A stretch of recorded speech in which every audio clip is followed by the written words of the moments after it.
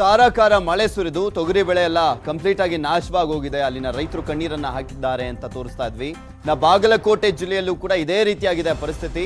ಜಮಖಂಡಿ ತಾಲೂಕಿನಲ್ಲಿ ಭಾರಿ ಮಳೆ ಆಗಿರುವಂತದ್ದು, ಗಾಳಿ ಸಹಿತ ಮಳೆಗೆ ನೆಲ ಕಚ್ಚಿದೆ. ಸಾವಿರಾರು ಎಕರೆಯಲ್ಲಿ ಬೆಳೆದಿದ್ದಂತ ಕಬ್ಬು ಬೆಳೆ.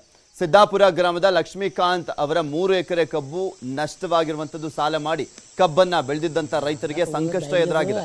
ಕೃಷಿ ಅಧಿಕಾರಿಗಳು ಹಾನಿ ಸಮೀಕ್ಷೆಯನ್ನು ನಡೆಸಿ ಸರ್ಕಾರ ಸೂಕ್ತ ಪರಿಹಾರವನ್ನ ನೀಡಬೇಕು ಅಂತ ಅಲ್ಲಿನ ರೈತರು ಆಗ್ರಹಿಸಿದ್ದಾರೆ.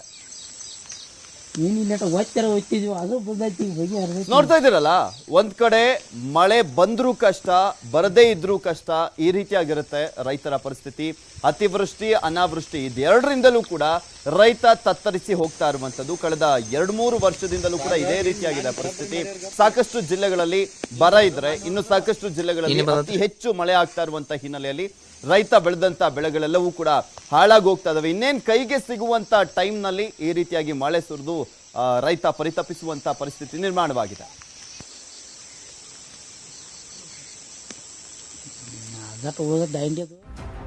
ವಿಜಯಪುರ ಜಿಲ್ಲೆಯಲ್ಲಿ ಮುಂದುವರೆದಿದೆ ಮಳೆಯ ಅಬ್ಬರ. ಕೆರೆಯ ಏರಿ ಒಡೆದು ಅಪಾರ ಪ್ರಮಾಣದ ನೀರು ಪೋಲಾಗಿರುವಂಥದ್ದು. ಬಬಲೇಶ್ವರ ತಾಲೂಕಿನ ಸಾರವಾಡ ಗ್ರಾಮದ ಮಲ್ಲಪ್ಪನ ಕೆರೆಯಿಂದ ನೀರು ಹರಿದು ಜಮೀನುಗಳು ಜಲಾವೃತವಾಗಿದ್ದಾವೆ.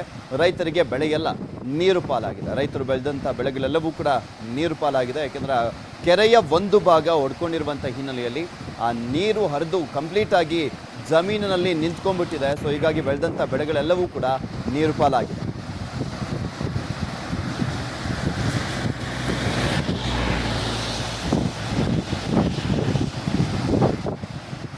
ಗಮನಿಸ್ತಾ ಇದ್ದೀರಲ್ಲ, ವಿಜಯಪುರದಲ್ಲೂ ಕೂಡ ಧಾರಾಕಾರವಾಗಿ ಮಳೆ ಸುರಿದಿರುವಂಥದ್ದು ನಾವು ತೋರಿಸ್ತಾ ಇದ್ವಿ. ಒಂದೊಂದೇ ಜಿಲ್ಲೆಯ ಮಾಹಿತಿಯನ್ನು ನಿಮ್ಮ ಮುಂದೆ ಇಡ್ತಾನೇ ಇದ್ವಿ. ಕಳೆದ 1 ವಾರದಿಂದಲೂ ಕೂಡ ಯಾವ ರೀತಿಯಾಗಿ ಮಳೆಯ ಅಬ್ಬರ ಇದೆ ರಾಜ್ಯದಲ್ಲಿ ಅನ್ನೋದನ್ನ ಕಲಬುರಗಿ, ಯಾದಗಿರಿ, ಹಾಗೆ ಬಾಗಲಕೋಟೆ ಇಲ್ಲಿನ ರೈತರ ಸಂಕಷ್ಟವನ್ನು ನಿಮಗೆ ತೋರಿಸ್ತಾ ಇದ್ವಿ. ಇನ್ನು ವಿಜಯಪುರದಲ್ಲೂ ಕೂಡ ಇದೇ ರೀತಿಯಾಗಿ ಆಗುತ್ತಿದೆ. ಅದು ಒಂದು ಕೆರೆ ಕಂಪ್ಲೀಟ್ ಆಗಿ ತುಂಬಿಟ್ಟಿತ್ತು. ತುಂಬಿದಂಥ ಹಿನ್ನೆಲೆಯಲ್ಲಿ ಒಂದು ಭಾಗ ಆ ಒಂದು ಕೆರೆಯ ಕಟ್ಟೆ ಒಡೆದಿರುವಂತಹ ಸಂದರ್ಭದಲ್ಲಿ ಜಮೀನುಗಳಿಗೆ ನೀರು ನುಗ್ಗಿ ಜಮೀನೆಲ್ಲವೂ ಕೂಡ ಜಲಾವೃತ ಆದಂಥ ಹಿನ್ನೆಲೆಯಲ್ಲಿ ಬೆಳೆದಿದ್ದಂಥ ಬೆಳೆಗಳು ನಾಶವಾಗುತ್ತಿದೆ.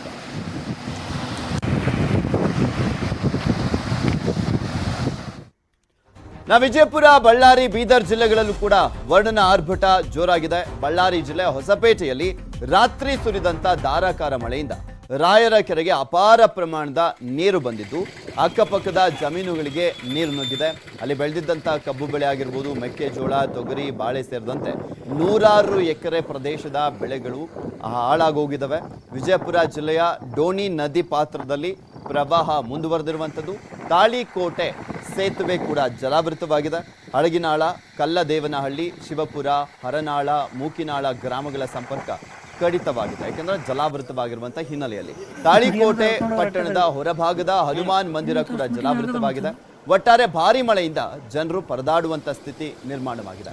ಇನ್ನು ಬೀದರ್ ಜಿಲ್ಲೆಯಾದ್ಯಂತ ಸುರಿದಂತ ಮಳೆಗೆ ಅನ್ನದಾತ ಕಂಗಾಲಾಗಿದ್ದಾನೆ. ಕಬ್ಬು, ತೊಗರಿ ಫಸಲು ಸಂಪೂರ್ಣವಾಗಿ ನೀರು ಪಾಲಾಗಿದೆ. ಮಳೆ ಆರ್ಭಟಕ್ಕೆ ತತ್ತರಿಸಿದ್ದಾರೆ ಜಿಲ್ಲೆಯ ರೈತರು. ಆಲ್ಮೋಸ್ಟ್ ಉತ್ತರ ಕರ್ನಾಟಕ ಭಾಗದ ಎಲ್ಲ ಜಿಲ್ಲೆಗಳಲ್ಲೂ ಕೂಡ ಮಳೆಯ ಅಬ್ಬರ ಮುಂದುವರೆದಿದೆ.